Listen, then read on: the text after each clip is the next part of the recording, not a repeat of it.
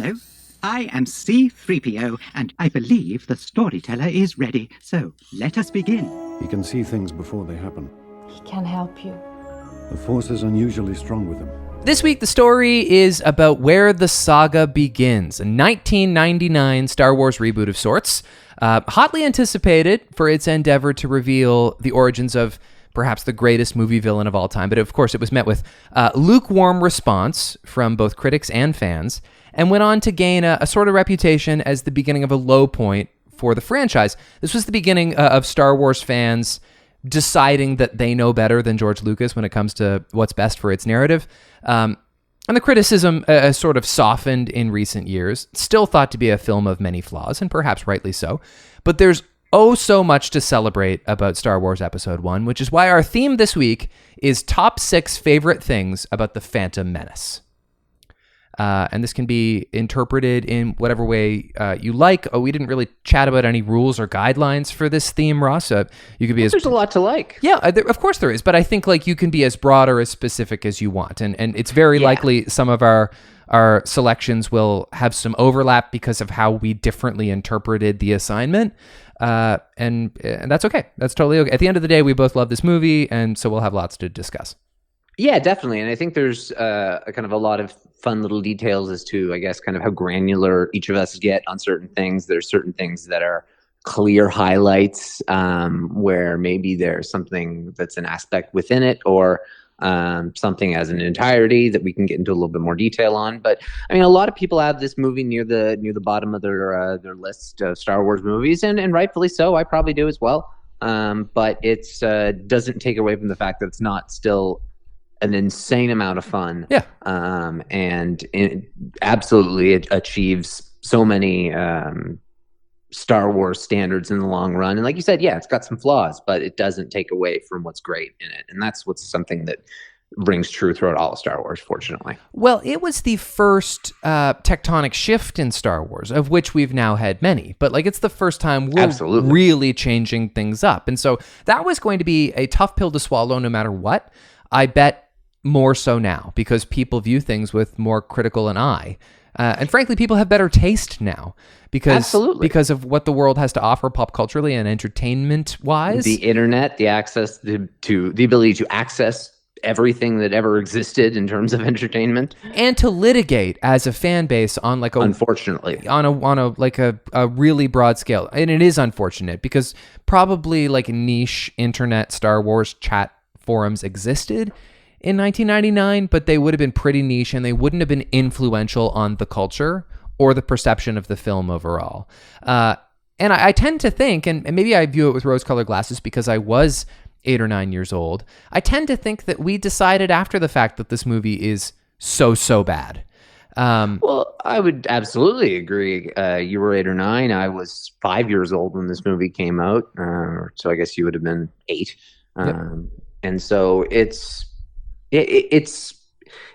there's things in it that you're going to overlook. The politics that you don't understand aren't it's going to be a little bit boring for you, but the same way that I wasn't able to read the crawl at that point, it didn't really matter.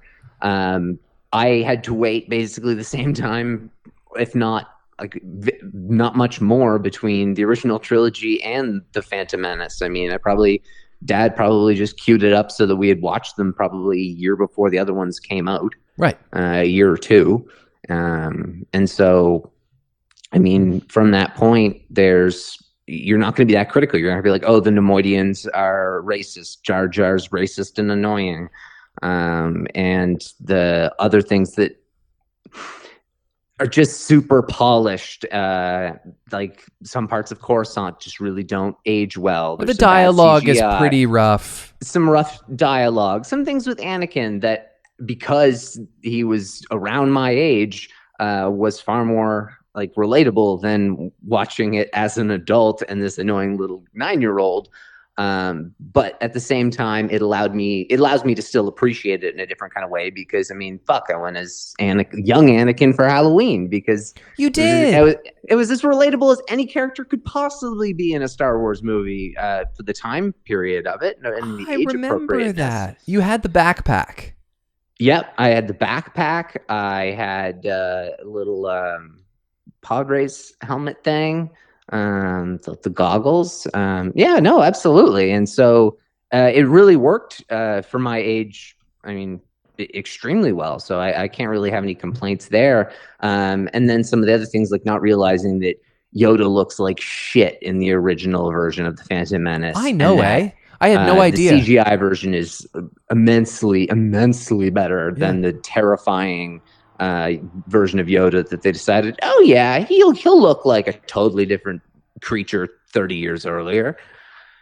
Something I noticed in reviewing some highlights from this movie for this episode is how they don't, as much as Star Wars does this now, they seem to pivot in the other direction with Phantom Menace. They don't make a meal out of anything. They don't, like, it should be really exciting the first time Qui-Gon calls him Obi-Wan and you realize, oh, he's Obi-Wan. I mean, I guess you would know going into it that Ewan McGregor, this young kid from Trainspotting, is going to play Obi-Wan Kenobi. But like that, or like showing Yoda for the first time should be exciting. But it's not. He just is sort of in the background in the first Jedi Council scene. And that's good. I don't agree. I think I like a little bit of mustard on a moment. Yes and no. And I will say it's good in the sense that it provides a level of the lived-in world to a degree. And that we're starting at a certain point within the story where things are known and we have to kind of catch up a little bit, which is the way Star Wars originally started out. And so I'm okay with that. But I definitely disagree with a lot of approaches that were taken to the way things were revealed to the audience. Sure. I mean, of course, there's going to be reveals within the movie, but there were some crazy reveals in the prequels prior to the movies, with the books, video games coming out before the movies, trailers that spoil everything, soundtracks, and then let's dive right into that one in particular. Right on the soundtrack, Qui-Gon's Noble End and Qui-Gon's Funeral. Yeah, great tracks. I'm curious to know what happens to Qui-Gon. I wonder. Well, I think I told you recently about how I saw in a kid's book his face was in the clouds, and so that's how I knew ahead of seeing the movie that Qui-Gon wasn't going to make it. And that's hilarious because he isn't even in the clouds, but that would have made a lot of sense out of Return of the Jedi as to why you would have connected that being his death point. Yeah, I think that was a coincidence. I think it was more like the way Mufasa's in the clouds after The Lion King. I don't think it was. But I mean, it's of course where you like brought it to, because Star Wars has shown that you go up in the clouds and you die in that way. Right, and Force Ghost. As I was getting to, my number 6 moment from the Phantom Menace would be Qui-Gon's funeral. Something you like. Yeah, absolutely. I think it's extremely well done. This is the end of the first chapter. At this specific point, George Lucas was probably thinking he was going to have his 6. And this is the start of Anakin's journey. And the end of Anakin's journey is a funeral that is very similar, but very different. Qui-Gon is there with his Padawans, his colleagues, tons of people around him in a ceremonial burial, as he was defeated as a respected samurai, and he is being burned very similar to the way Vader is burned in his funeral. But when Vader's burned, Vader is alone.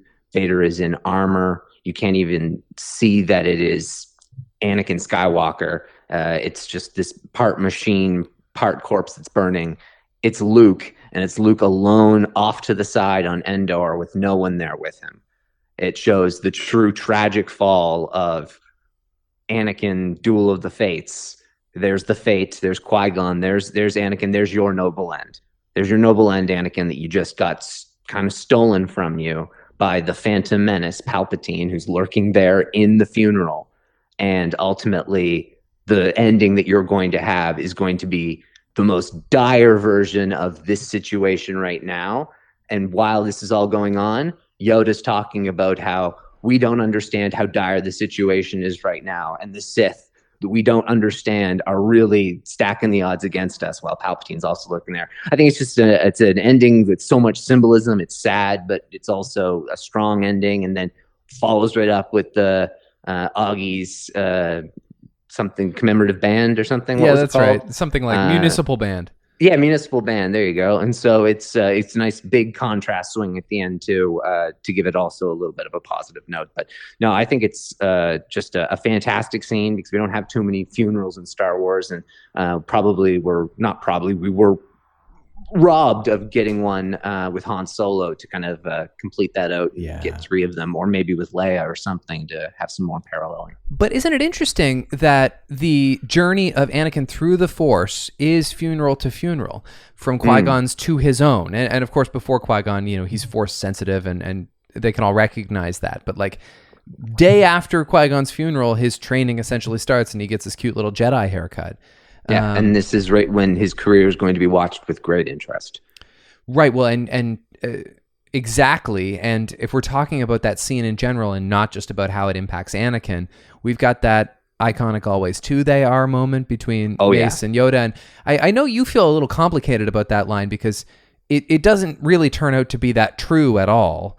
But it also seems to define Star Wars like explicitly. It does in a lot of ways. But the always two there are, I think it goes to show that, once again, prophecy being misunderstood a little bit, and Sidious breaking away from the rest of the Sith, being someone, Sidious, he talks a big game, but is a massive hypocrite about the respect he has for the history of the Sith.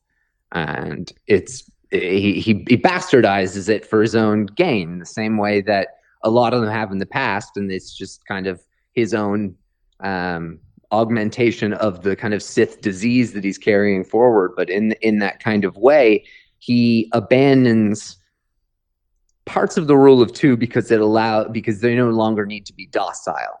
Right. They're on a different return back. But at the same time, there are things known as Sith assassins, and then there are heirs to the Sith.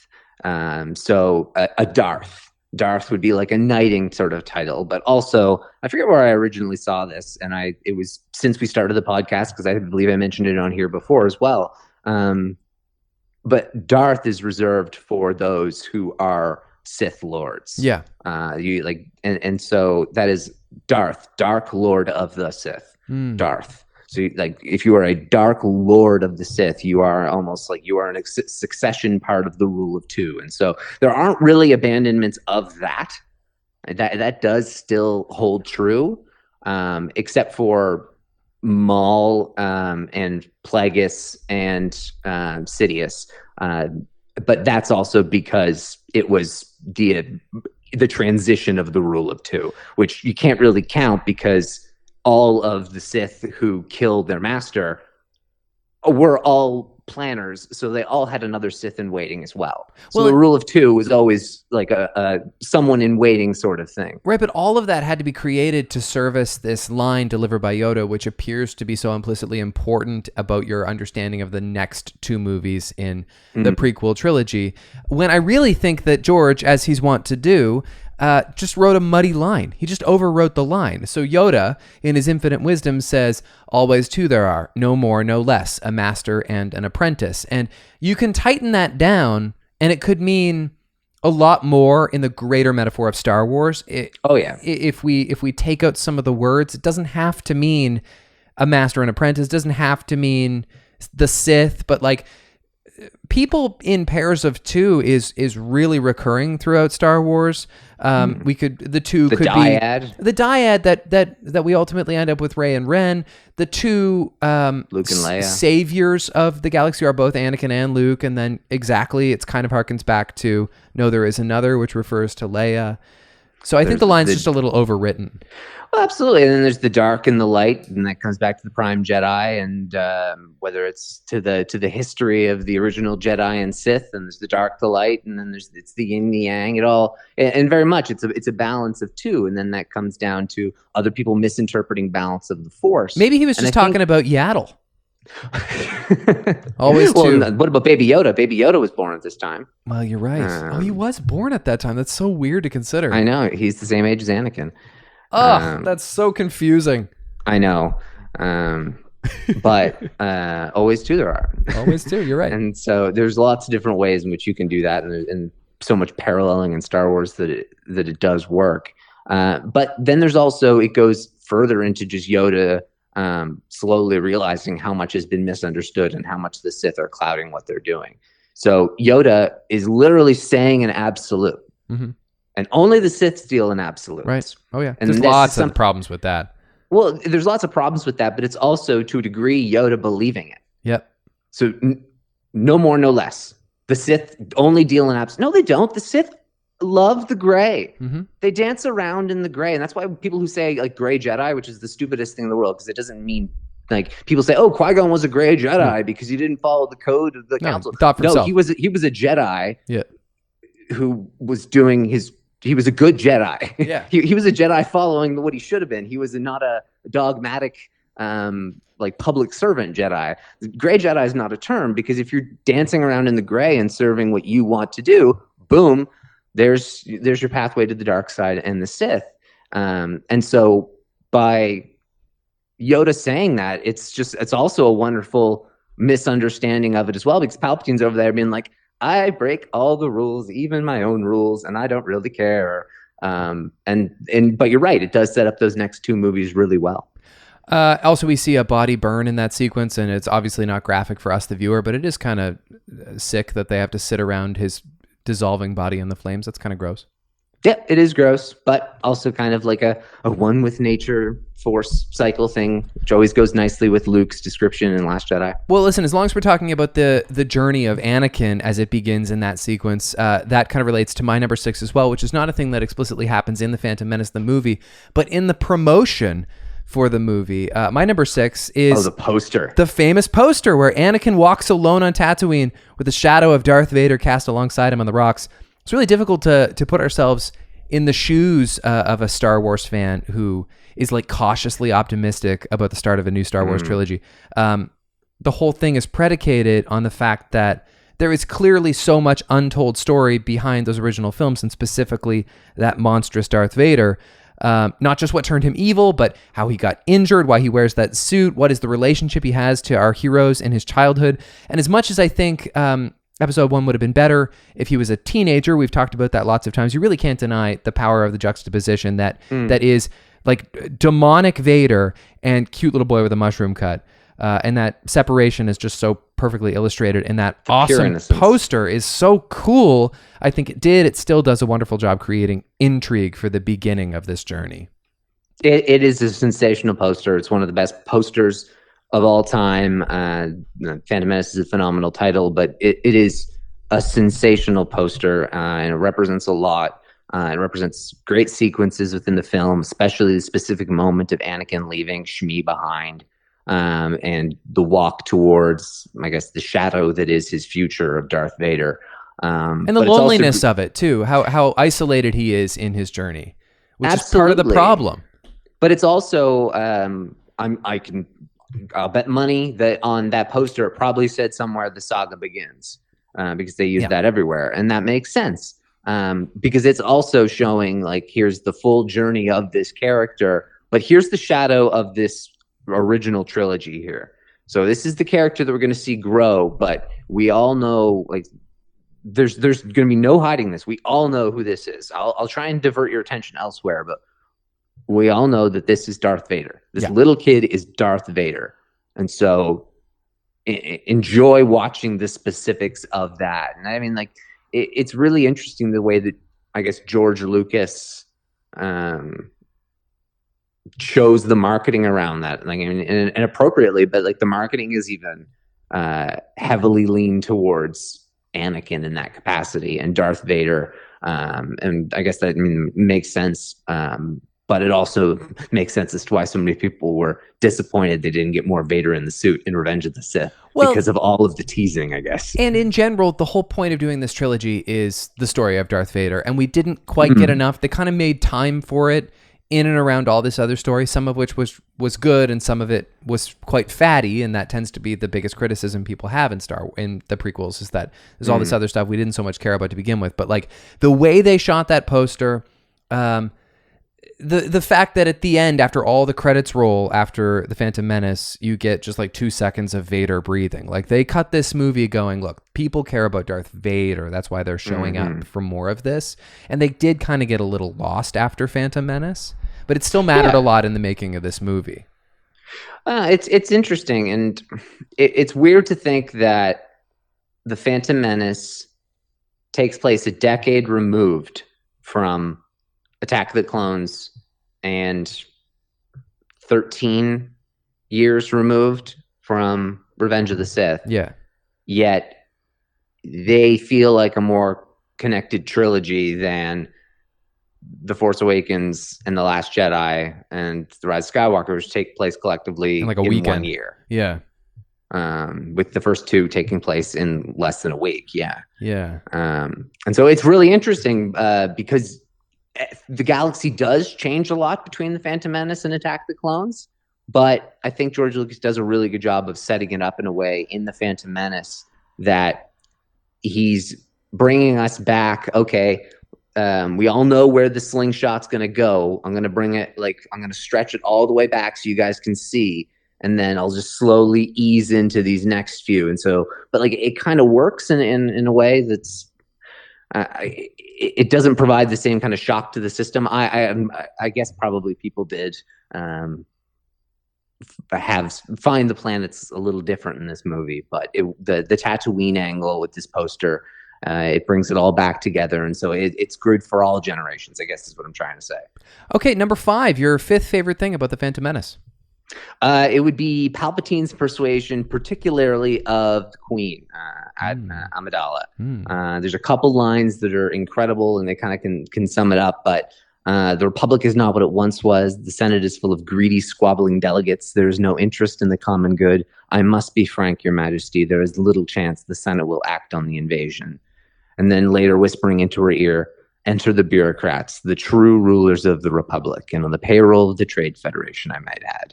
This is where Chancellor Valorum's strength will disappear. And then, as a result of this, I will not defer. I have come before you to resolve this attack on sovereignty on our people now. I was not elected to watch my people suffer and die. Will you discuss this invasion in a committee? If the body is not capable of action, I suggest new leadership is needed. I move for a vote of no confidence in Chancellor Valorum. And so the Phantom Menace begins his first acts on government takeover. Absolutely. I think this is such a great pick. And I mean, for all that's said about politics and Star Wars, and I have some more to say about it coming up, not enough credit goes to George for his ability to conceive of and execute very realistic political turmoil. He's writing a political thriller for kids for some reason. It's a dumb idea, but he's doing it so well. It's as if he's trying to make a West Wing episode set in the Star Wars universe, except it's not funny for the most part, except for when Jar Jar talks. Yeah, the problem is it's the Trade Federation. No kid knows what trade is. No. And the Trade Federation is they're complete morons. It needs to be far more high there stakes. needs to be more or simplistic government bodies as well. But generally, when you're getting that way, it gets to be more clear-cut lines of galactic warfare, which is higher stakes, like you just said. But yeah, the Trade Federation makes it very confusing, but this little tidbit is just really nice and clean. And also, like you said, it is extremely politically on the nose. It's very appropriate and very much the way that politicians act in your HBO political drama that you could have. This is not, or better yet, this is the kind of thing that you could absolutely see being in an episode of The Queen when she's young and some creepy old guy who's being oh, the impressionable young queen can now do my bidding while I try and perform some form of government takeover through some other backdoor channels. Except in this case, he also is a wizard who's an evil bastard with unlimited power. Yeah. But it shows the strength of Padme, but also that because she's constantly foiling his plans in this movie. But when he has to, he can get down in the gritty and be like, okay, fuck it. I'm a senator now, but maybe I can be a chancellor after, and it won't be a big surprise. I'll kind of move my way into it a little bit, or maybe I'll just be a little bit more of it. I'm just going to whisper in her ear and just tell her what to do because my puppet mastery is just not working here. If there's another case to be made for why Anakin ought to be older in this first installment of the trilogy, it's that then Padme can be a little older too, and it is a little bizarre that she's such a political genius at 14 or however old the character is supposed to be. She's supposed to be a political prodigy in that she can, in many cases, outsmart Richard Nixon. And she, if Anakin was 16 or 17 in this movie, she could have been like 24, and it would have been a little bit more palatable.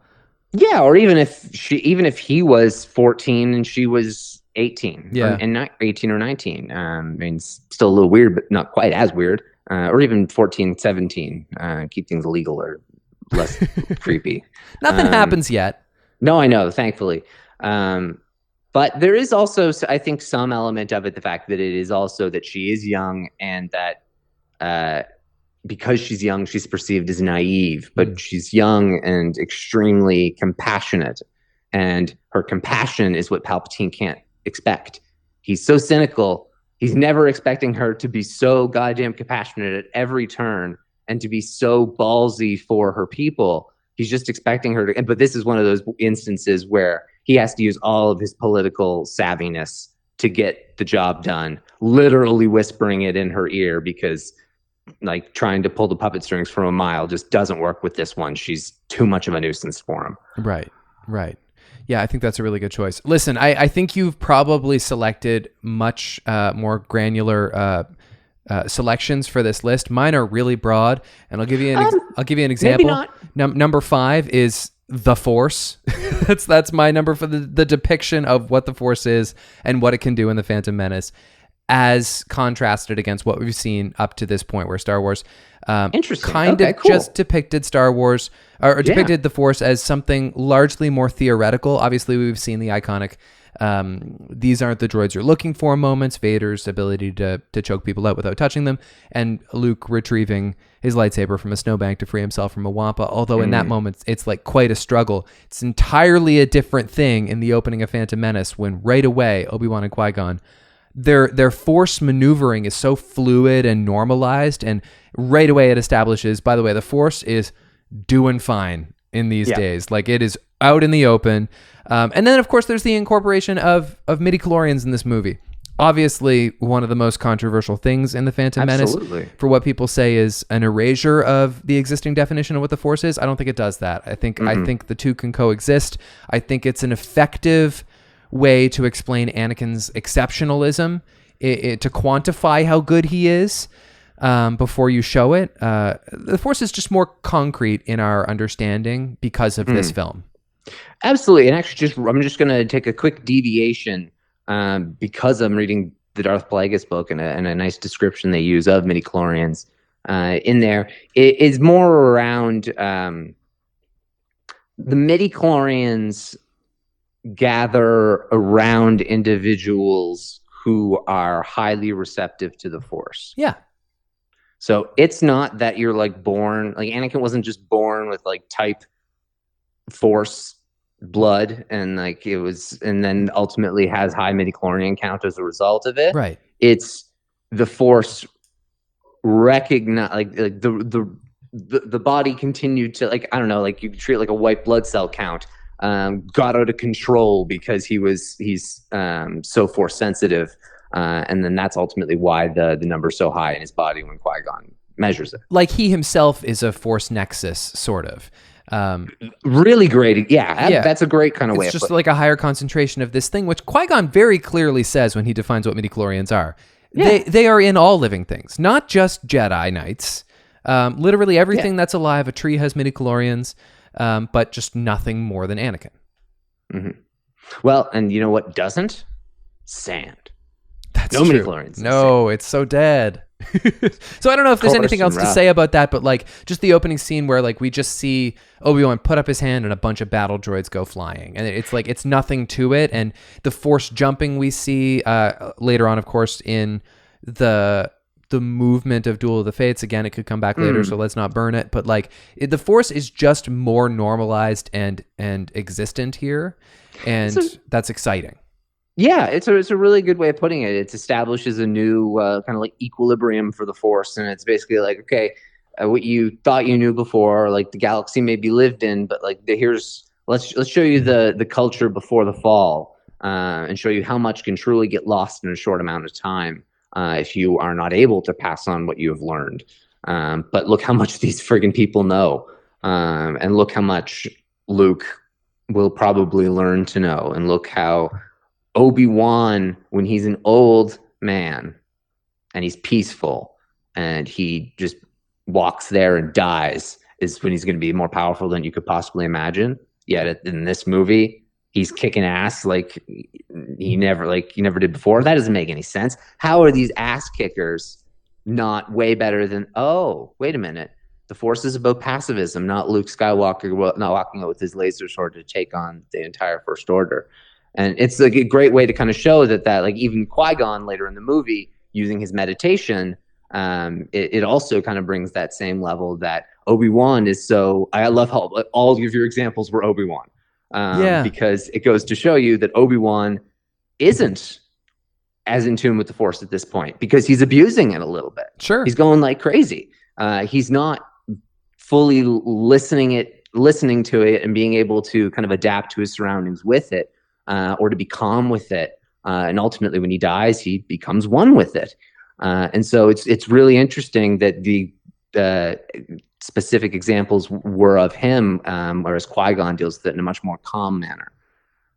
But yeah, it's such a cool, explosive, exploratory way of looking at Star Wars when you bring in this new level to the Force. Well, just the fact that like by the time the Force Awakens rolls around, not just one Jedi, Luke Skywalker is a myth, but like the Jedi in general are a myth. But in the times of the Phantom Menace, not only do like common like people who read newspapers on Coruscant know what Jedi are, like Guado knows what a Jedi is, and Anakin, who knows nothing and probably can't read, knows what a Jedi is. And so that you're right, it just shows a really stark culture shift in how different this world is to the one that you're used to. Plus, it just looks more badass. Yeah, but then there's also the wonderful element of good old Tatooine bringing us back to what we know. Yeah. And that kind of goes to my 4, but in a totally new way. And that would be the Boonta Eve Classic. Wow, you did it.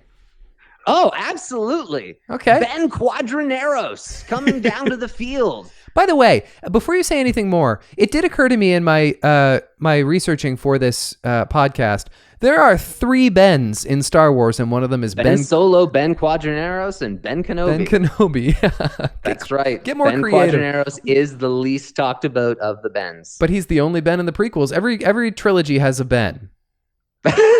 That's a great trivia question that people would not like. That would stump the living shit out of people and when they got it, they'd be so goddamn mad because everybody remembers the name Ben Quadraneros too. Yeah, and he's the one who has a hard time getting going after they give the green light at the pod race. Yes, that's right. Although a lot of them have a hard time just in general. Here's a fun little trivia question for it. Who finishes? And I think there's a chance you could get this one. That's why I want to ask you it. If you can really draw on some like old school. Like we had the video game, so you know some of the character names. Yeah. Who actually finishes second in the pod race? I mean, dude, you might say it and I might remember, but I remember Sebulba. I remember Ben Quadranero. I think there's another one on the tip of my tongue, but I don't want to bore the listeners with mulling it over for a long time. Did we have like an action figure or something of this dude? No, but it was Gasgano. Gasgano is who I'm trying to come up with. Yeah. He comes in second. He ends up coming in second because there's only a few of them who finish the race. Well, I was going to say, if you survive at all, you should call it a win. Yeah, well, Sebulba survives even though he loses, and he gets like that annoying Wario cry. He's like, man. No, I know. Okay, so tell me what you like about it, because I like it too. It's 9 minutes of awesomeness. It is like Star Wars is about like spaceships and all the fun stuff on the side, and that's what like a lot of people love first. I personally I'm in love with Star Wars for the Force side of things. Some people there's so many different things that people love about the Force. Some people love the ships, whatnot, but like the pod race is such a new interpretation on Star Wars. Totally. It's George Lucas being like, oh, I know you guys probably thought that we were going to get like, you're going to see your X-Wings. No, you're not going to see your X-Wings. We're going to give you the N1 Naboo gold fighters that are like super smooth and slick. And we're going to give you in Tatooine, that old planet, we're going to give you these junk boxes that are street racers. And Jabba the Hutt, his family there, like they run the show on these racetracks.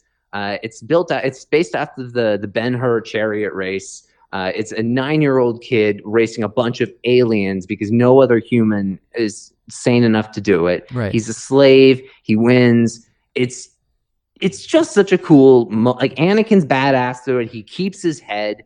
It's definitely like the best Anakin stuff. You've got the stadium.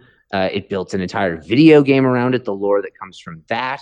But it's the main part of it's the climax of the first act. Well, it is, and it's not just candy because it establishes Anakin as a good pilot and mechanic. Yeah, absolutely. And it shows the fact that he's able to do something that no other human can do. Right. And he's able to do it as a child. And the fact that he's talking smack, but he's also like going above it as well. It's a great sequence. He starts off, it's not working. Like, it's not going to go the way you think it is in this race. I love Foden Bede, that's the announcer guy, twin alien head thing. Yeah, Greg Proops and Scott Capurro. Yeah, those are the two guys. Yeah, which I think is hilarious. I think there should be more bits of good comedians in Star Wars being aliens and whatnot. Perfect opportunity in Mandalorian, but it's just Star Wars. At its like, you thought you knew Star Wars, not here's something totally different. Here's drag racing, and it's something that I was so over the moon excited and gutted when it was not pod racing in The Last Jedi. When I heard the Fathiers and I heard it was clearly racing, I almost jumped out of my seat and I was like, are we going to see like high class, like better pod really races? Classy pod racers? Yeah. Like, this is going to be so goddamn cool. And guess what? You could have had them like driven by slave jockeys and you get the exact same goddamn point. Yep. But like, it got me so excited. And so it was a great reminder of like, wow, this is this one amazing thing that we've never really touched on again, but it's such a massive place in Star Wars, and I love it for it. Well, that, and like, what are the chances it only exists on Tatooine? Like, Malastare is the only other established place, and that Malastare had a monopoly on pod racing, and essentially, if like the criminal world of Malastare would take you out if you tried to get into the pod racing business. Yeah, Qui-Gon tells that to Guado. He says there's pod racing on Malastare. Yeah, but because the Hutts are the Hutts, they decide to get into it. And actually, Darth Plagueis is one of their financial backers to allow them to get into the kind of the pod racing scene, which ultimately snowballs for them from there. Well, it's a great way to incorporate the Hutts and just in general the villainy and the scumminess of Tatooine that we know and love, but in a totally different way. It's not a seedy bar. It's a disgusting casino, like murderous, gambling, degenerate. And another thing, I absolutely think it's just so ingenious when you think of every spaceship in Star Wars that goes up in space, and you think of the jets on the back. Pod racers have these weird beams that keep them at like a certain like that's just so creative. They're being Who towed. thinks of that? Well, it is like chariots. They're basically designed like chariots. The big piston engines are the horses, and they're being towed by this energy that's between them.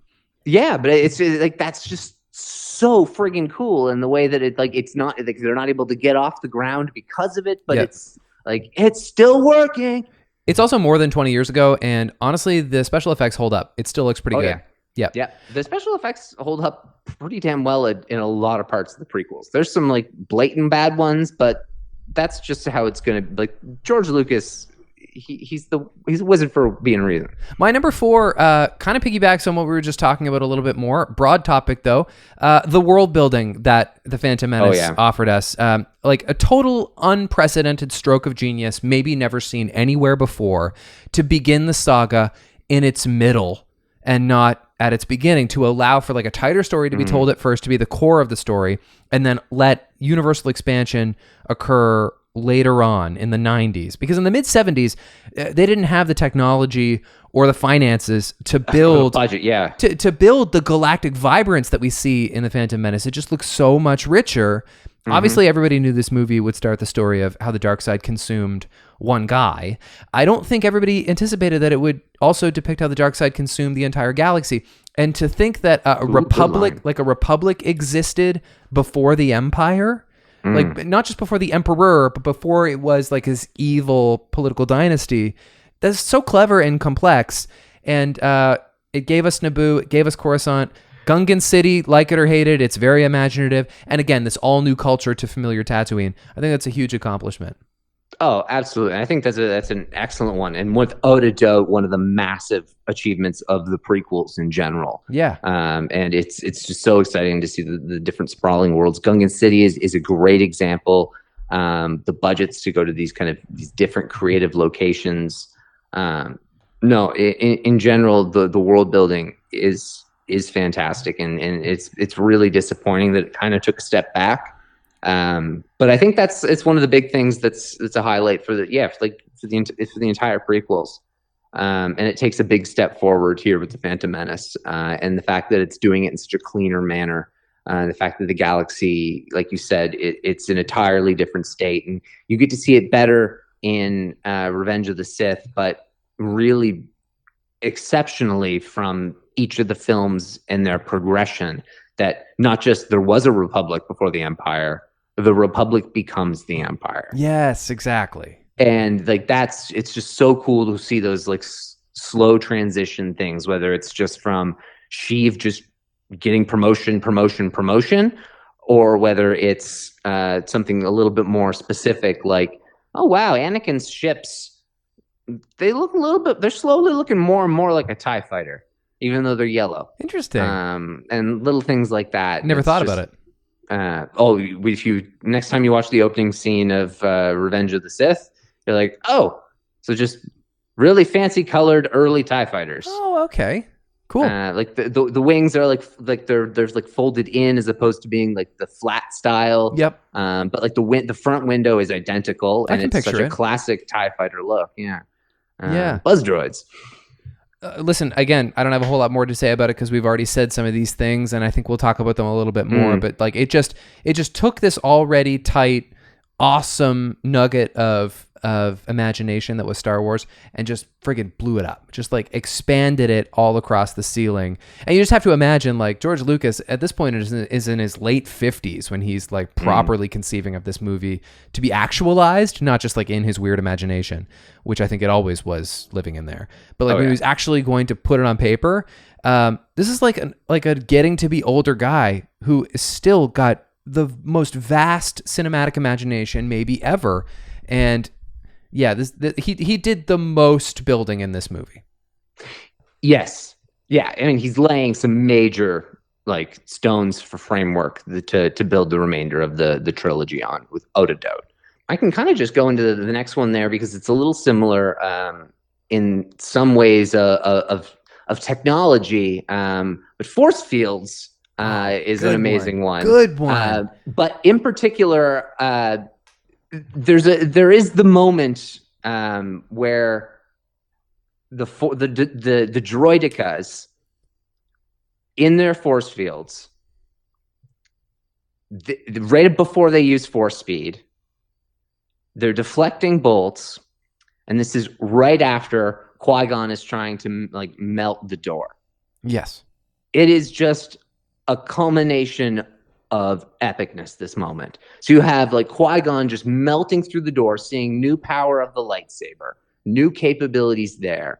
You've got these new cool droids with force fields, and then we get force speed. We get these three amazing new things, like this epicness from Qui-Gon, and then like two massive additions to the Star Wars culture, world, video game skill sets, and like it's just such a cool moment, and one of the moments that really, when I think back on the Phantom Menace, Qui-Gon staring that door down, trying to melt it open, and droidicas, and the force speed, like just it's one of the first things that my mind comes to, and that entire opening sequence with Obi-Wan and Qui-Gon picking up Jar Jar, like that entire opening sequence of them meeting up with the rest of the crew on Naboo is incredible, but this is the highlight of it. The negotiations were short. the negotiations were short, and a little funny quip from Obi-Wan. But like it's and you have TC-14 who's looking like 3PO. They try and gas the moat, and they light the lightsabers up in the midst of the gas. I mean, I know I'm listing a lot of moments right here. It's okay. But in particular, the melting and the force fields.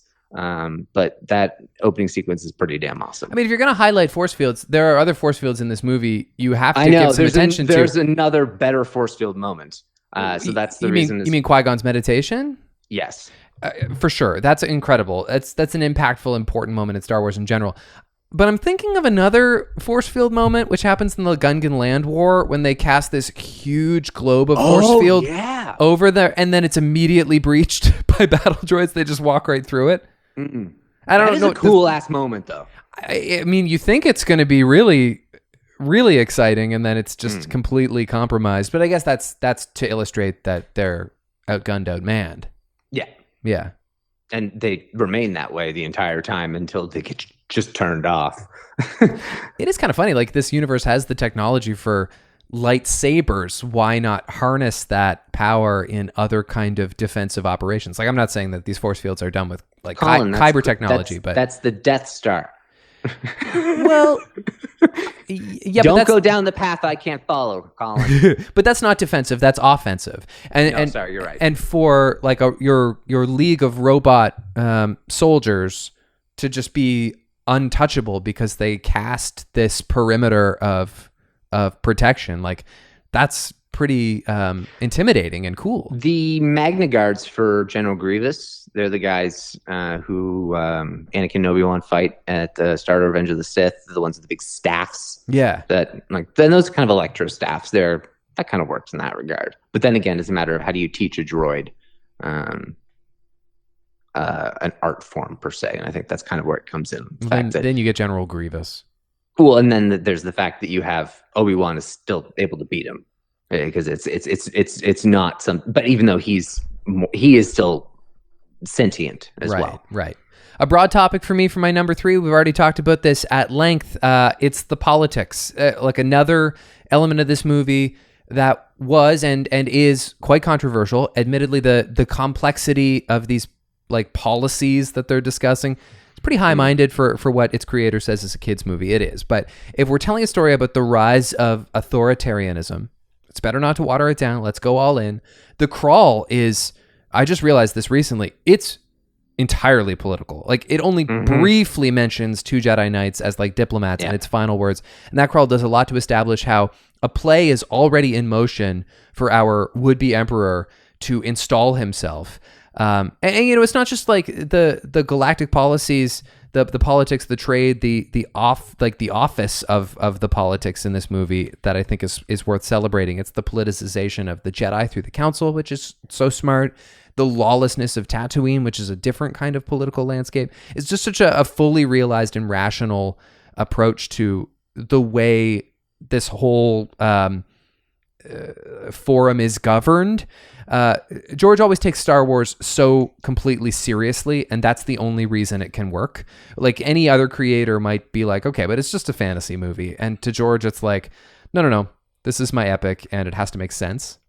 Yeah, that's the thing, and that's that underlying understanding of this, like, there are more moving pieces than you're thinking about, and the fact that George is always thinking about that is always so encouraging and so disappointing when you see that it's not necessarily always taken with that same respect at this current state or previous state. But no, like the politics are very, very cleverly crafted, and like the specific, just general approach to. Like, I mean, it starts out like in A New Hope with like the Senate being dissolved and like basically like politics is gone. The Emperor now has all control over everything. And so now he needs to completely reset the clock to where was the first domino? Exactly. And here it was. Yeah. And that's really cool. That's a really cool, very, very difficult, impressive thing to pull off. You have to create a lot of people for that to be an accessible that's a really topic. good point. You're building an entire cabinet that you have to have okay, who's going to be influential here? Who's going to be like a pushover? How can I build the chessboard that I can then ultimately play the most masterful game of chess with. And the fact that George Lucas is able to do that is pretty impressive. It is interesting, though, that they only ever decided to create this political role of Queen of Naboo to make sense out of the fact that Princess Leia is a princess. Even though Princess Leia didn't grow up knowing that her mom was the Queen of Naboo. And actually, Queen does not mean anything monarchistic at all in this galaxy. And so that's a little confusing. Well, no, it like monarchy is not always blood-based. No. Okay, but it's not a monarchy. It's a democracy. I mean, like, I guess I don't know really how the specifics of the terminology would work there. I guess it's not unlike the world's most famous existing monarchy in that it's kind of just a customary position. There is political influence, of course, in being Queen of Naboo, but in her case, it's not hereditary. In the case of Queen Elizabeth, obviously it is, and there is a prime minister and an Alderaan. Okay. Alderaan, like, for example, Leia is Princess of Alderaan because her mother is queen. But like in the United Kingdom, or in the Commonwealth, there is like a more influential head of state. Yes. Yeah, and that's kind of similarly what they've got. They've got their whole political body, and that's why you have constantly Amidala with her like CO Bibbles and her room of obnoxious political figures who are just annoying. But constantly providing their opinions and trying to sway her to do one way or the other. What is Bail Organa? He's a senator? Yes. Yeah.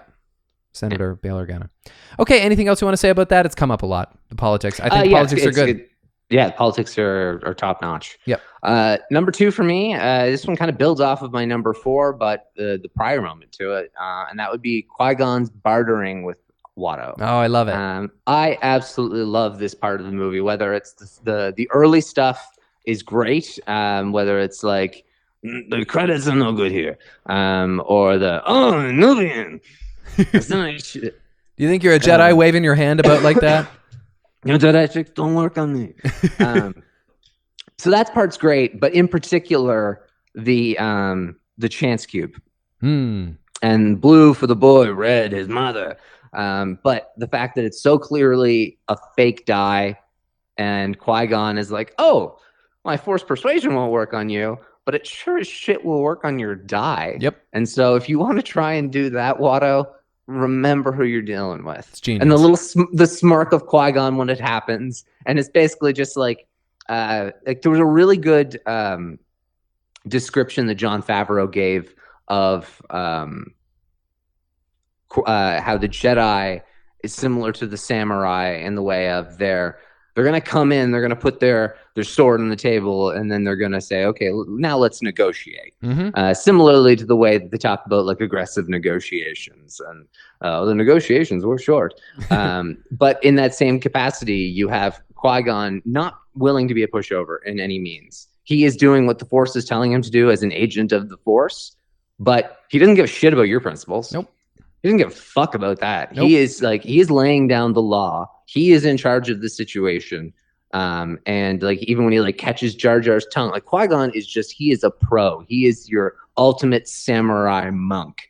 Later on, like meditating in the middle of his battle. I mean, and it's great elements of Qui-Gon. But don't sell Watto short. Like I put Watto on my list of my favorite characters under 10 minutes because like me too. He doesn't stand on his own that well, but like nothing that features Watto isn't a good scene. Absolutely. And the bartering that goes back and forth, and the fact that Watto clearly knows how much more he wants Anakin, and the fact that if he can get it to be Shmi, okay, well, Anakin's worth more to him, or maybe after, then he'll be able to pay me a little bit more because he's already got Shmi or something. And so he's trying to figure out his angle as best as he can. But Qui-Gon still, he's playing the man and the situation. And as much as Watto's like doing his best, and he's like the epitome of scum and villainy. Yeah. Just the definition of he's it. Sleaziest for sure. You have Qui-Gon, who is the exact opposite. He is the knight. He is a Jedi knight. And he will beat you anyway. He doesn't if you won't fall to his persuasion tricks, he'll beat you another way, but he will beat you. And even if you kill him like Darth Maul does later on, he will beat you in the long game. I wonder if there's an episode topic where we like rank the sleaziest characters in Star Wars, because there's no shortage of them. Number one would have to be Elan Sleaze Bogano. Oh, his name is Sleaze. That's his name. Actually, wouldn't be number one. But he is the guy who offers Obi-Wan a death stick. Oh, okay, yeah. You want to buy a death stick? No, you're gonna go home and rethink your choices or whatever. I'm gonna go home and rethink my life. Hey, my number 2. This is not going to be a very creative pick, but I stand by it. It's a repeat of my number 2 from last week. It's called Duel of the Fates. Only this time, I'm talking about the entire sequence. Obviously, the music. Entire thing, okay. Well established how we feel about the music. We talked about that ad nauseum.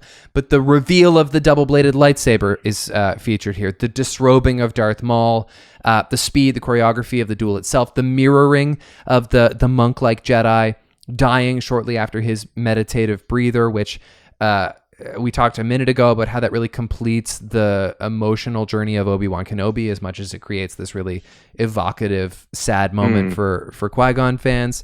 There's the really deliciously violent way in which Obi-Wan wins the duel overall. The theme That's my number 1. The theme we've discussed a lot lately about how this like symbol of the real duel happening here is for the fate of Anakin, and I think that's look, all roads lead back to the Duel of the Fates. It's not just a visual masterpiece; it's a masterpiece in every way. It starts the thing going. Yeah, it really is, and even in the Phantom edit or the machete cut or whatever, one of them. It still starts at the Phantom Menace. It still starts at Duel of the Fates. Yeah, because it has such importance no matter how you look at the franchise. If you want to understand, that's the Phantom edit that begins with that battle. Oh, okay. Is that the one? Okay, that makes sense. Yeah. And I mean, I have it. It's my number 1, but because I was going more specific. I have the disrobing of Darth Maul, the doors opening, the reveal of the double-bladed lightsaber. That is honorable mention. The use of kicking in the fight is also amazing. Totally. But another honorable mention for me. My number 1 on my list is specifically the end of the fight from Qui-Gon's death, the scream of no to Obi-Wan like panting, pumping himself up with going in there and with insane speed, cutting Darth Maul's lightsaber in half, going ham sandwich, and then Darth Maul pushing him over the edge. Yeah. And then we get ultimate Star Wars of a lightsaber falling down a long shaft, him looking down. You got Darth Maul's cockiness, and then you have the incredible moment of all of the Force just swelling up, using the Force pull. Force pull is my favorite thing in Star Wars. Yeah, it's gotta be. Yeah, because the moment in Empire. The fact that like every day I try to use Force pull on something. When Anakin cuts that pear, that's the best one. Definitely. But like Obi-Wan pulling that lightsaber and so swiftly flipping over, and that's setting up a later moment in Revenge of the Sith. It's the best moment in the movie for me, and it's just so incredible. I really wanted Obi-Wan to. And I 100% thought Obi-Wan was going to be using Qui-Gon's lightsaber in Attack of the Clones. Yeah, it's kind of a shame he didn't. I originally thought that, but then I like the notion that Obi-Wan kept it and that Luke ultimately used Qui-Gon's Kyber crystal. In general, I do like that too. In general, green lightsabers are underserved in the Skywalker saga. Like you always think, well, maybe it's going to be green this time, and there's still sparingly few green lightsabers in Star Wars, and I love them. Yeah. Oh yeah, they're awesome. I love that it was yellow in Rise of Skywalker. Disappointing that we didn't get more of it. But yeah, there's a lot of blue. Well, hey, and green's great. And then the way the Duel of the Fates sequence ends is the emotional moment where Obi-Wan goes over to his master. Qui-Gon says, "Train the boy," and he says, "Yes, master." And it's just beautiful. It's great. Mm-hmm.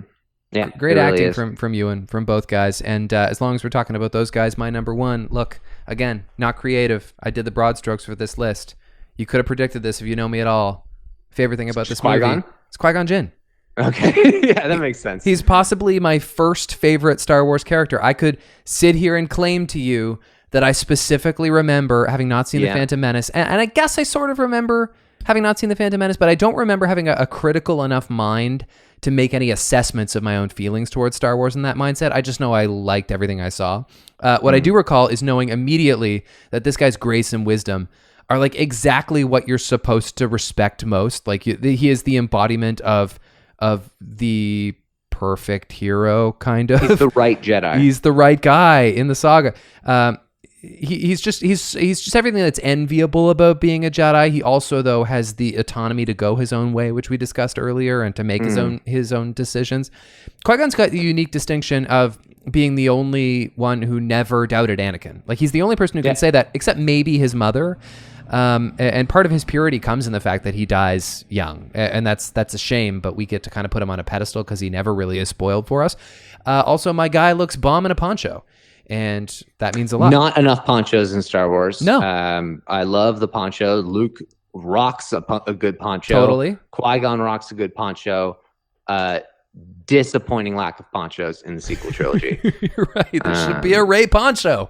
Where's her poncho? Absolutely. Rey would rock a poncho. Leia had also they had the ponchos on Endor as well. Yes. Great. Yeah. I guess under that circumstance, I think Billy Lord may have had a poncho. Cool. Something I can kind of picture in my mind that she may have worn a poncho in Rise of Skywalker, which would be fitting. So the performance by Liam Neeson, the creation by George Lucas, together they make this really awesome thing called Qui-Gon Jinn. This is an easy number one for me. I started here and I worked my way back. Yeah, no, that makes totally sense. I mean, we totally did the lists differently. Yep. We could not have approached it differently, and that's great. I think that's a perfect way for it to have come across. But if I had known you were going to go this approach, I easily could have guessed Qui-Gon was going to be your number one. You've always loved Qui-Gon. Totally. He's always been, from my perspective, the character you've noticeably gravitated the most towards. Yeah. And I mean, hell yeah, Qui-Gon is incredible. It's just limited. It's limited though, because he's only in one movie that you don't really need to see that often. Well, I mean, I don't know if we want to, we've been talking a lot about Phantom Menace right now. We've mentioned a lot of great Qui-Gon stuff, so I don't know if we maybe don't want to not give it its due, but we can kind of switch into a little bit of news right now. Because I would love to see Qui-Gon in the Obi-Wan show. Yeah. Like, that's where you can continue his story. It's really the only thing left in his story, and his story is over, but the only thing left is, okay, how does he teach Obi-Wan? And how does he reconcile in like the afterlife with Anakin and Obi-Wan? And like, how is that kind of how is it discussed Anakin's fall? Mm-hmm. Like, what is Qui-Gon's interpretation of Anakin's fall? Yeah, I need some Qui-Gon sitting on a log talking to Obi-Wan. He needs some wisdom about that for sure. That is like, that will be so friggin' cool. And I'm surprised and disappointed. I mean, it is what it is, but you think it would have been done in Attack of the Clones or Revenge of the Sith. There could have been a little bit more Qui-Gon. Qui-Gon says to Anakin, no, don't, maybe, when he's killing the Sand People. Mm-hmm. Oh, yeah. I think that's it. I think that's the only Qui-Gon that you hear in the background, whereas like Obi-Wan, as soon as he dies in the original trilogy, he starts talking. So I think if maybe the trilogy were told from a little bit more of an Obi-Wan perspective, then you would have had a little bit more Qui-Gon. But I think you maybe could have given that in some of his solo adventures in Attack of the Clones, or during some of his lower moments in Revenge of the Sith, where maybe he hears a little bit of Qui-Gon. Although I do love the wonderful surprise of Yoda saying, "I'll teach you how to talk to Qui-Gon." It's great. Is there not some existing cool canon that he can't actually come to full Force Ghost form? Yes, and no, because there's legends and there is some canon on it. Yeah. We can fix it. We can override it. There is ways to override it, absolutely. In a Force Nexus, for example, he was not able to show himself to Yoda on Dagobah. Right. But it is a Force Nexus of the dark side. True. So it's a Force Nexus, so it was easy for him to show himself to speak to Yoda but he wasn't able to show himself. He was able to show himself to Obi-Wan on Mortis. And so, because Mortis is just like the most powerful force nexus in the galaxy, that makes a ton of sense. Right. And so there also could have been some manipulation going in there as well. So there is some precedent for a lot of things, but even with the rise of the Skywalker and the voices speaking to Rey, Exegol is clearly a nexus. And so there's something going on there as well. And so there's a lot more that can be done, but at the very least, there's a ton of precedent for Qui-Gon speaking to Obi-Wan. And there's precedent for Obi-Wan seeing him under circumstances. There can be ways in which you can absolutely make that work. So that's not news. That's just speculative, and it's just kind of wishful thinking. That's just speculative, and I wanted in general to kind of transition to Obi-Wan. But that being like, if we're talking about Qui-Gon, really, that's the only other time. Like that's the only. That's your last chance. A young Qui-Gon and Dooku could be super interesting. Yeah. But I mean, it'll probably only make sense to do that in like a book or something along those lines, or maybe it could be really fucking cool as a cartoon if you want to do something, or an animation, if you want to kind of explore that era. And if you do the High Republic, which is 200 years prior, you could do like 15-year-old Qui-Gon, which is 50 years prior to, or something prior to the Phantom Menace. So you can make it work. I just want to list a couple of more runners-up in my list. Before. Yes, for sure. I have some honorable mentions as well. I probably shouldn't have just tried to skip it over. It's okay. I also mentioned the pod race in Gungan City, which we talked about. I want to give a little attention to the uncased C-3PO. It's a shame that he has to be CGI here, and it is not good that Anakin made him. That's forced fan service. But just the look of him is cool. Like, discovering him for the first time is kind of a neat thing, and he looks... I mean, again, the design is very beautiful. He discovers that he's naked. Right, yeah. A couple other great designs. The Nubian starship. Absolutely. Gorgeous. So goddamn cool. So cool. Naboo in general. Just like so detailed and beautiful. The aqua breathers. Yes. Oh, yeah. Aqua breathers. Good one. Awesome. Also, those little like stand-up bikes, speeder bikes that the battle droids use. Sure, yeah. Those are really cool. Segways, basically. Yeah, the moment of "I am Queen Amidala" is great. It is pretty good. Yeah, this is my decoy. Now, like some of the lines after aren't great, but it's great. Like, get out of my way. I am Queen Amidala. This is my decoy. Well, that and like everyone else's eyebrows kind of go up, like, Yeah, like they didn't know either. It's a really great reaction from Qui-Gon. Yes, it is. Yeah. And even Anakin kind of like curls up his lip. He's like, he's really confused. Really? He doesn't get it. Yeah. I had a crush on her. She's the queen. No, that's not going to work out for me. I'm a slave. Oh, and here's an indirect honorable mention. Weird Al Yankovic's "The Saga Begins." Oh yes, what a great song. Yeah, that does a lot for your fanhood of this movie when you're a kid. Yeah, and the only way to remember the ages of Anakin and Padme. That's right. Yeah, he's 9 and she's 13. 14. Okay. Probably going to marry her someday. Right. Good song. And the only other thing I have down here in my honorable mentions that wasn't already talked about today was Anakin's quiz. A cup. Oh. I forgot about Anakin's ship. quiz. A speeder. Yeah. A man, a woman, a camera, a TV. I forgot about Anakin's quiz. Okay, what's going on in the news? Well, first I should say, if you want to list your top 6 favorite things about Star Wars The Phantom Menace, we'd love to hear them. Interpret that however you like. You can tweet us at Recorder66 or email recorder66podcast@gmail.com. We haven't had a podcast in a couple of weeks, so what's been going on in the world of Star Wars? Not much, but the Obi-Wan news is that it's going to start filming soon, actually. Cool. It looks like they've kind of changed and that they're no longer going to start filming in March, but potentially September. They may have been able to move it up 6 months, or at least starting certain things in pre-production. And so that's really encouraging. Further rumors or information point to it probably being 4 episodes. But Kathleen Kennedy is very, very pleased with Deborah Chow and is very excited to be working with her. I hope those are meaty episodes. I don't want to complain. Less can be more, but 4 is tight. Yeah, 6 was the long rumor, and then it was heard that it was rewritten into 4, but then it was also heard that the scripts were being heavily retooled And so I imagine it was still going to stay as 4. I was hoping it was going to be maybe put back to 6. Yeah. But it looks like 4 is still likely. I'm hoping, like you said, though, that they're at least 45-minute episodes. I would really hope that they would be like closer to an hour, maybe.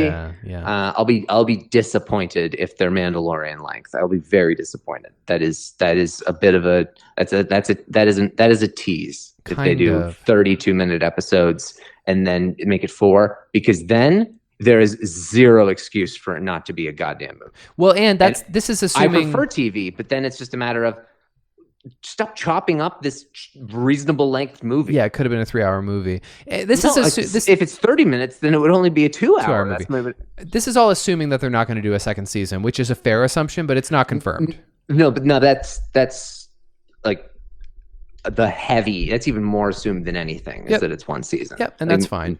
Yeah, and so it's very, very much believed since the very beginning there was only going to be one season. Yeah. And so different show with not one season would be Mandalorian. Mm-hmm. It looks like they're also probably going to be on track for what their intended plans were for season 3 as well. I think they've really worked out a system for how to quarantine everybody together and test everybody every day and be really careful. A lot of productions have resumed, which is nice. Well, I mean, their timing was impeccable in the way that production ended and the way post-production could be done for when they wanted to release it in October. So that worked well for them. So I think restrictions will subside to the position where they're able to do season 3 filming with probably fewer restrictions, like you're mentioning, and obviously with a better understanding of kind of how to play in the new sandbox of the world. They have been renewed for season 3 for sure. Yeah, I think so. Okay, maybe it's not confirmed, but I mean, it seems like. Speaking of Mandalorian, it was the guest on Mark Maron's podcast today, so I learned firsthand that his name is in fact pronounced Giancarlo, not Giancarlo, Esposito. Esposito, and he's very particular about the pronunciation. Oh, okay. But everybody says it wrong. Giancarlo makes sense. Giancarlo, it's 3 syllables instead of 4, and it's just the inflection is different in the last name. Giancarlo Esposito. Okay, good so to know. That's going to take some relearning on our part. Similar to like Hassan Minhaj. Exactly. Anyway, very cool guy. A good listen. Oh my God. Yeah. Just across the board. He makes me disappointed in other actors. Oh, wow. What a great statement. He shows the way a person should be. He's excited about the work that he does. He's excited about the people that he works with. He gets people excited about it. And also, I mean, has he ever not delivered a sensational performance? No. And also, he always plays a psycho, an absolute psycho, horrible human. A few times. And yet he seems so deeply wonderful. Yeah. So he's just one of those just great seeming people. I'm thrilled that he's in the Star Wars world, partly because he seems to be thrilled as well. Yeah, that's the first one. Not a ton to say, but there is going to be a new holiday special. Yeah. And so that is going to be Lego. It'll be on Life Day again, November 17th. This is a great idea. This is a great way to use the Lego Star Wars entertainment absolutely. Milieu. Yeah. And also to be able to make it something that is non-canon, but fun, but also like a good little story. So Rey and droid pal BB-8 head off on a quest to gain a deeper knowledge of the Force, but their visit to a mysterious Jedi temple sends them caneering through time and space. Rey interacts with Luke Skywalker, Darth Vader, Obi-Wan Kenobi, and Yoda, and other characters from the franchise's most beloved moments as they return to Life Day for a feast with their friends in Chewbacca's home Wookiee home world of Kashyyyk. Ooh, tongue twister at the end. Sounds fun. So yes, it's going to be on Kashyyyk, which is awesome. So you've got to have the Wookiees involved with Life Day always. Right. But it's going to be really cool because it's going to be like they'll use World of the Worlds kind of, which is something developed in Star Wars, the ability to travel through time and space, likely established, that they'll use for this story of Rey going back and like meeting it, and like she'll probably meet Anakin Skywalker as a kid and then go meet Darth Vader and then probably have a confusing sort of silly moment. So I think this is wonderful. No one's going to take it seriously. No. It is the perfect way to not make anybody take it seriously, but allow everybody to enjoy it in kind of in a fun way. And because they'll be able to poke a ton of fun at themselves with this. And Star Wars effing needs that. because people who love Star Wars need the ability to poke fun at it with it. Like, we're making fun of it because we love it, sort of thing. Whereas, like, people are too cranky about Star Wars a lot of the time. It's entirely true. Yeah, I think this is lots of fun. I can't wait. Yeah, I think it's really great. A little bit more information came about the canceled Star Wars video game that they had planned on doing. It was going to be similar to like Uncharted style, but just that the game's developers apparently thought they had a potential Game of the Year contender on their hands before they were completely had the rug pulled out from them by EA, specifically for the sole reason of no one play, like, quote unquote, no one plays single player games anymore. That's a quote from EA. They've gotten in trouble for that quote in the past. That makes no sense. Well, it's purely because, like, when you look at their numbers, like, they make more, like, the microtransaction numbers from like Madden. Well, 2K? The FIFA microtransaction numbers, I think, outsell any game on Earth. Like, just the money they make from microtransactions in the FIFA is the number one selling game of the year, like, every year. So it's something bonkers. So they had this approach of like, no, we're just gonna, like, because Fortnite and all these things and everybody's doing the multiplayer, all efforts are going to Battlefront. And so everything was pulled off that project years ago. And I mean, now they're moving into like Jedi Fallen Order, and so that was a huge success. But this was from years back, and the people who worked on it are still a little bummed that it never happened, because there was apparently many levels that were complete or near complete. I mean, cancel a game if you're going to cancel a game, but don't make up some bullshit excuse that people don't play video games by themselves. That just doesn't make any, like, Red Dead, Breath of the Wild, like. Yeah, well, I don't think that was like a public statement. No. I mean, like, I think that was like an internal statement that they've been caught. Had, like, that got out, and then people were like, whoa, like, back when EA was under their most fire. But I mean, EA being under fire for being shitty to their fans is nothing new, Especially in Star Wars. No. Only other things I have to say would be on the Kathleen Kennedy front. So a couple things. Nia DaCosta, who has an indie movie called Little Woods. It was extremely critically acclaimed. She was also handpicked to direct Candyman by Jordan Peele. And so she's apparently considered, she's also doing Captain Marvel 2, directing that. Oh, yeah, I heard about her. And so Kathleen Kennedy mentioned that in particular, like, she kind of implied that, like, not in like a negative way, but that she was like nabbed away from her, basically, that she had intended to hire her for a Star Wars project. And that ultimately the Marvel, like, that's not an immediate thing right now because she took the Captain Marvel role, but clearly somebody that Kathleen Kennedy is a big fan of and would like to have in the Star Wars world working for them. Right. Okay. Sounds good. Yeah. So it just makes me curious to potentially watch that movie if she's if she ends up getting a Star Wars role. And also just in terms of the overall process. Oh, yeah, it's an ever-evolving process. You know, when I personally came to this, George had already been having conversations with his previous actors, Carrie, Harrison, and Mark. There was this there was a saga, and the fans loved, and it was just never finished. He always talked about doing 9 movies and was ready to complete that. And so our focus from the beginning was finishing that saga. And now we're stepping back, stories that have been told within the universe over the last 40-odd years. And there's now this realization that this mythology actually spans about 25,000 years when you really start to look at all the different stories that have been told, whether it's in the books or the games. We just need time to step back and really absorb what George has created and start to think about where things might go. And that's what we've been doing. We've been having a great deal of fun doing it and meeting with lots of different filmmakers and talent, with so many fans out there, with so many filmmakers that have been influenced by Star Wars for so long. It's a fantastic opportunity to get a sense of who wants to be a part of this. So that's what we've been doing. So admitting that, in different words, but admitting what we all knew was atrocious planning at the start, and that because George Lucas was working on this one thing, that they decided to only work on that one thing and really not pay attention to anything else.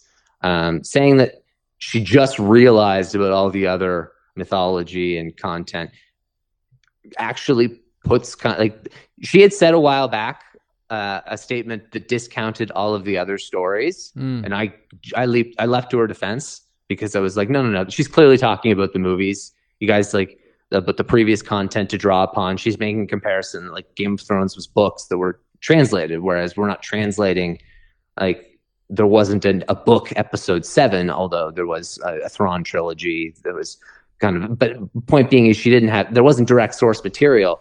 Whereas this statement is basically confirming what all the trolls were kind of saying. That it was like, oh, she basically just discounted and said that they never even paid attention to the other Star Wars stuff, which is kind of what she is saying now. Yeah. And so that's a little disappointing to see, but it is good to see that is indeed what they've gotten their shit together to do, and that they're working on that, and that they're having a lot of fun doing that. And so that's really good to see, that they are looking at the pieces from many thousand years and making sure that, okay, we're not going to focus on the time period here and then screw ourselves later on because we weren't looking at the big picture. Right. Let's take a look at the big picture and see, of all the people we can get involved, that we're having the right voices in, so that we're not later going back and being like, oh, this person is such a good idea, but we already kind of screwed ourselves. So I take a lot of positives away from this. I see a lot of confirmation of a lot of assumed negatives, or kind of negatives that I like to give the benefit of the doubt on, but it does show that it is going in the right direction, and that the recent news and that making sure like them bringing on people like Taika Waititi and the selection of the recent hires has been very, very careful. And that's really exciting too. Right. Well said. Yeah.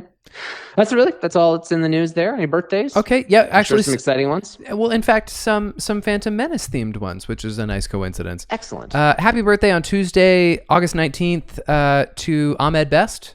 Happy birthday, Awesome. sir. We didn't really talk about Jar Jar at all. The Sabered Hand. The Sabered Hand? Yes. I think that's what its nickname is. Anyway, that is Ahmed Best's new focal Star Wars character. Right, the game show host. You host. can be very proud about the host of the Jedi Temple Challenge, I don't remember what his name is. But anyway, he's a Jedi Master now. He's no longer Jar Jar. Good. I'm glad he's feeling happy. Happy birthday on Sunday, August 23rd to Ray Park, another big Phantom Menace heavy hitter. Yes, I'm curious to know how long he'll be with the... nothing really came of anything in the news on that, so yeah, maybe it'll all blow over, and maybe he'll still be portraying Maul. Maybe he won't. TBD. He had like a little indiscretion on his social media, which just kind of got swept under the rug, but we never heard anything more about it. Yeah, so TBD on that one, I guess. And happy birthday on Monday, the 24th, to Kenny Baker. Oh, nice. Right. Okay, so send us your Star Wars lists, your top 6 favorite things about The Phantom Menace. You can tweet us or email us. Please, as always, rate and review on your preferred podcast app. And until we are together again. May the Force be with you.